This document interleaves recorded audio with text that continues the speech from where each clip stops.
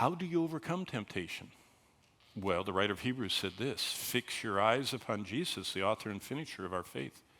Did you know if you start in your little circle, fixing your eye, or Paul put it this way, it says in Colossians 3:1-2, set your affection on things above, not on things on the earth.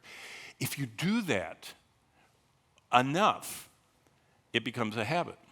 It changes your life. So the book of Revelation was written to these people who were very distracted to tell them they were right here, they were headed there where they were going to have to answer for what they were doing with all their time, whether they were going to these murderous gladiatorial games, that the tribulation was coming, Christ is returning, and they were headed to heaven. Now, this is how Jesus introduced himself to these people. Revelation 3:14, to the angel of the church of the Laodiceans, write, these things says the Amen. You notice these are all different, every one of these introductions, and it's tying to them. The faithful and true witness, the beginning of the creation of God. By the way, Amen and faithful witness, Jesus said, I keep my word, so what I say in my word is true. Verse 15, I know your works. You are neither cold or hot. Does that puzzle you?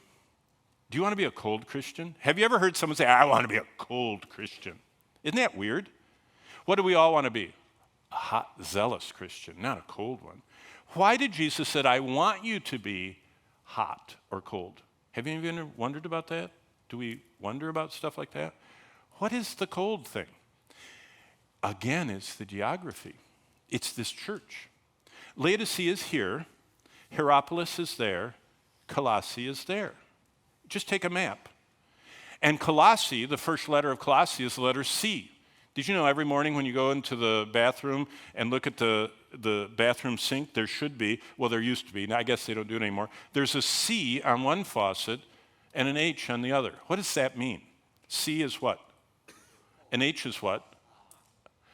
Think of Colossae, cold, C. Hierapolis, hot, H.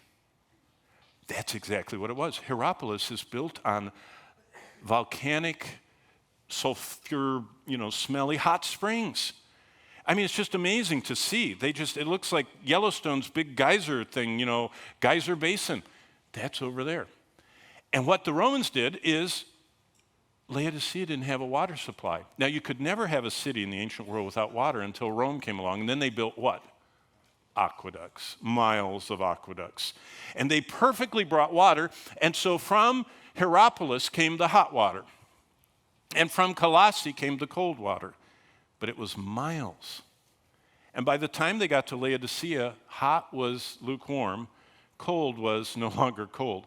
And what he said is, I wish that you would be like cold water in a hot day after you're out sweating and you're dehydrated and you need to be refreshed. I would that every Christian was that way, that people that are struggling and near passing out spiritually and emotionally, they would get a boost from you. Or that you were like the hot, sudsy water of the shower after you're all dirty and you take a hot shower and you really feel great. I would that you were something for me, but you're not. Why weren't they? Because they were floating through the world. Now, this is my high school group, and that's the Red Cedar River.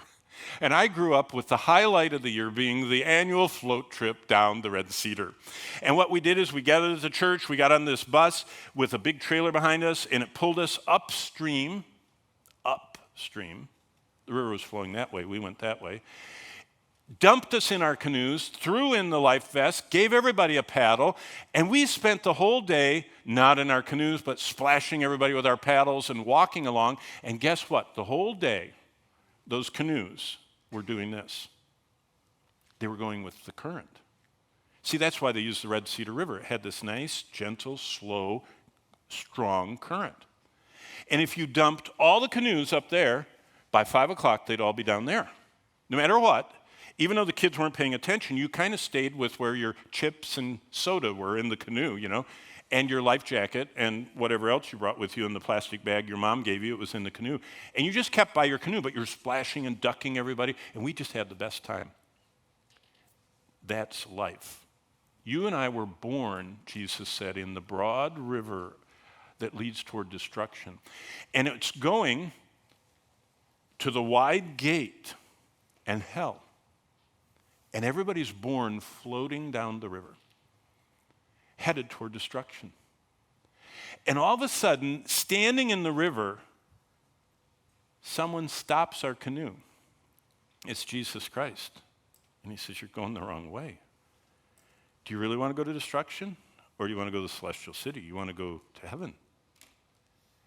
And if we hear his voice and listen to him, you know what he does? He turns our canoe around. And he gives us a paddle. You know what sanctification is? You know what the power of the Spirit? You know what grace is? It's a paddle to resist the current. What's the current? It's the world. You ever heard of worldliness? What is worldliness? It's what everybody and everything is doing headed Satan's way toward hell. It's everything. It's everything around us that's not energized by God. It's the world, the flesh, the devil, the system. It's materialism, it's religion, it's pride, it's everything. It's lust, it's just flowing. We get saved, we get turned around, Jesus gives us our paddle, and we go, oh, that's hard. Did you know it's hard to resist sin? Do you want to feel God's power today? Some of you, you hear all these glorious testimonies, and you've never felt any of that big stuff. You want to feel it? You can feel it sitting here. Resist sin. The only way a Christian can resist sin is by the power of the grace of God. And the moment you resist sin, how did Paul put it? Where sin abounds, what?